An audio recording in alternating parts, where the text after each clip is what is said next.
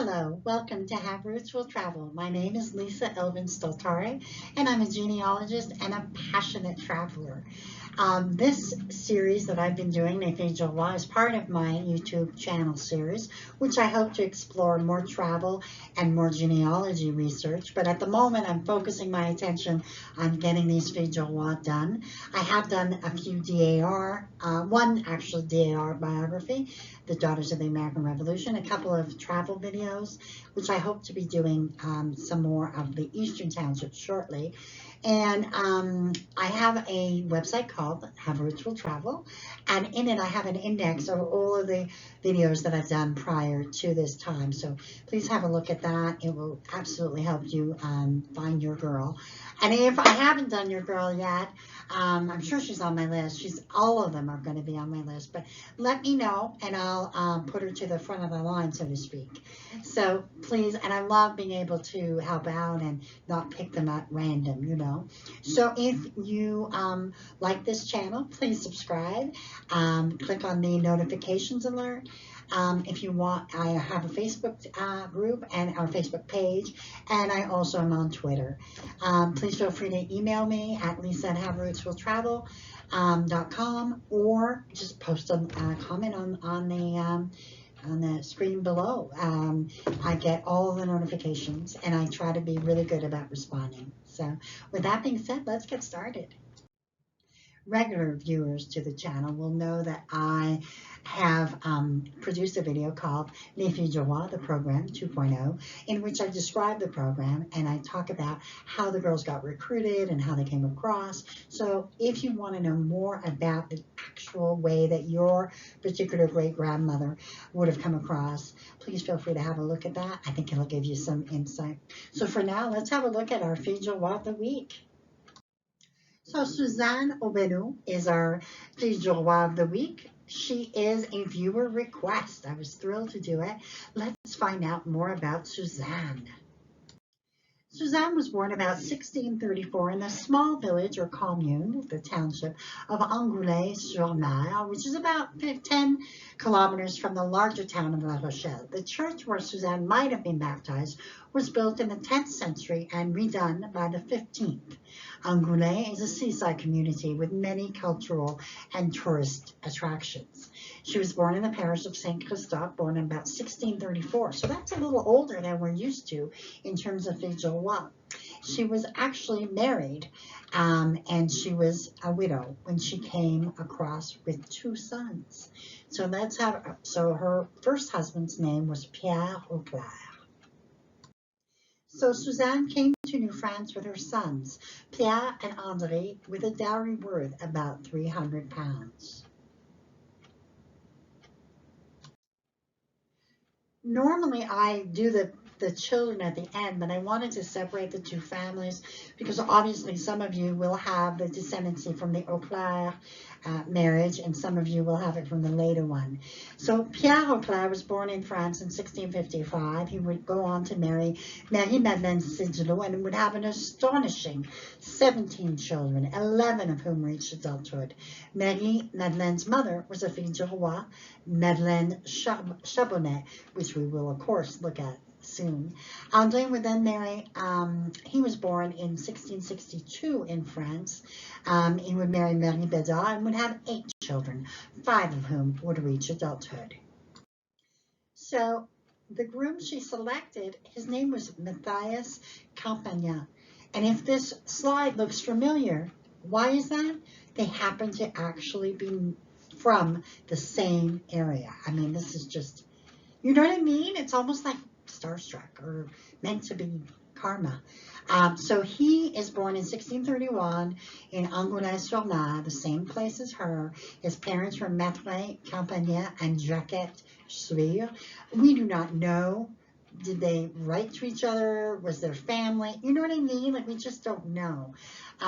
So just very unusual. I've not come across this yet. So it's just a remarkable, I don't think it's coincidence. I think there was something going on there in terms of connections, and he was probably there, and they said go there, and you know he's waiting for you. That's what I hope anyway. So Suzanne and Matthias were married on the 25th of April, 1667, on the island of Orleans. There is no marriage contract available.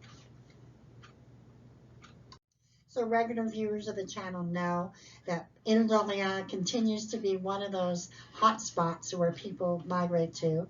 Ile d'Orléans is located on the St. Lawrence River, about 3 miles east of downtown Quebec City. The island was one of the first parts of the province to be colonized by the French, and a large percentage of French Canadians can trace their ancestry to early residents of this island. The island has been described as a microcosm of traditional Quebec and is the birthplace of Francophones in North America.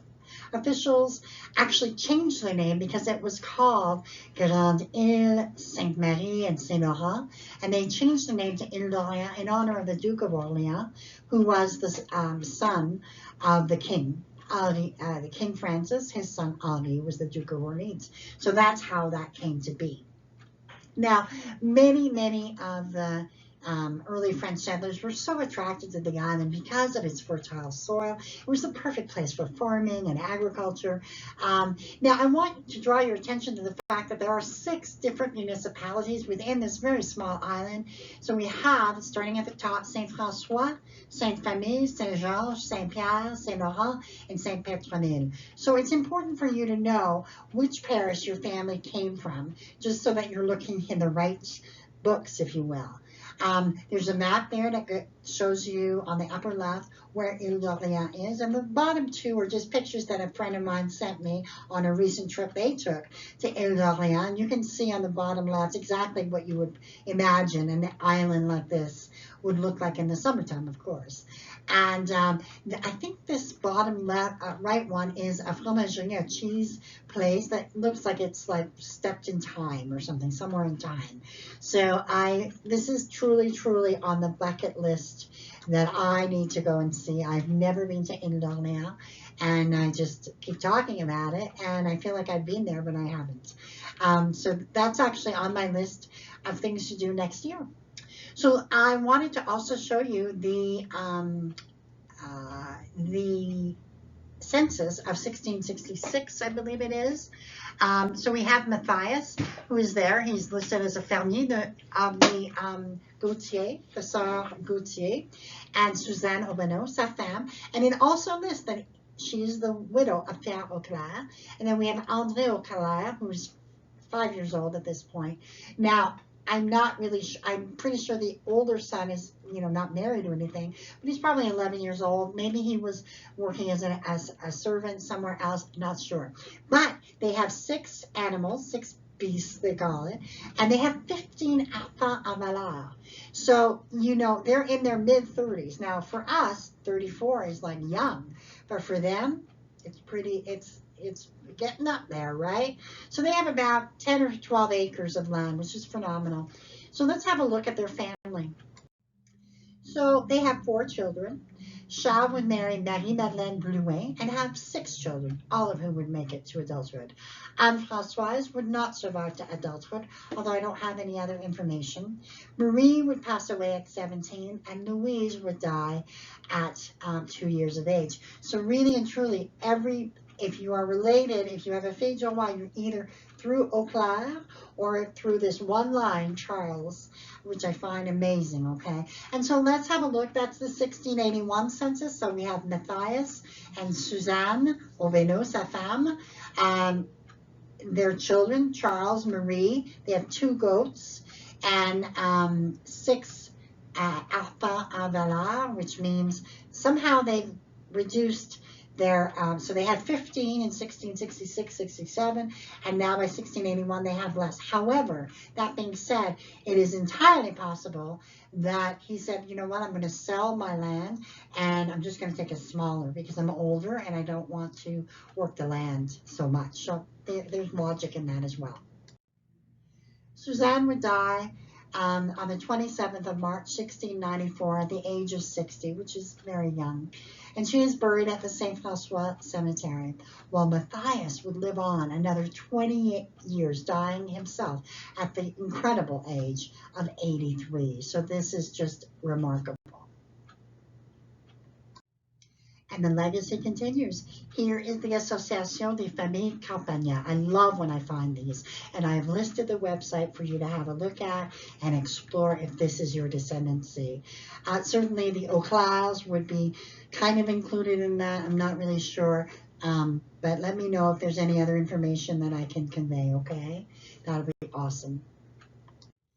And the ultimate and final tribute is that, of course, they are listed as pioneers of Ile d'Orléans. So we have Suzanne Aubineau and Matthias Campagna, and listed on that incredible monument at Ile d'Orléans. So that is, you know, everything that you need to know about this remarkable couple who, even in their mid-30s, kept going and kept going. So I think she's remarkable to have, you know, brought her two children and herself to New France, and started a new life on an island in the middle of nowhere. Just amazing. Here are 3 resources that I love to recommend. We have La Société des Filles du Roi et Soldats du Carignan, which is a very, very wonderful association that I'm a member of, and the membership chairperson. Have a look at it. You don't have to be a member in order to use some of the resources. Of course, if you are a member, you get a wonderful certificate and a descendancy, you know, certificate, if you will, and you get access to all the member benefits. So, and they publish a journal twice a year, which is remarkable, and has all kinds of information. A recent one that I've discovered is the Filles du Roi Descendants. It's a Facebook group. It's a private Facebook group. They almost have 5,000 members. I love it. I think it's just remarkable to share the information. And a website that I love, love, love is the Migration, which really is all about Filles du Roi and the Carignan soldiers and all kinds of things, everything you ever wanted to know. Just please check it out. I've included all of the links for you to check that off your bucket list. And with that, we end our number 74, episode number 74. I really enjoy getting to know Suzanne. I love it when it's a different story than just, you know, an orphan. You know, many of them are orphans. This one was different. It was like a mature woman coming across and still finding love and companionship, and still, you know, able to bear children and get used to a new land and all of that. So I love those kind of stories as well. So thank you to the viewer for recommending that particular Fille du Roi. I really enjoy getting to know her. So with that, I bid you adieu and au revoir until I see you on episode number 75.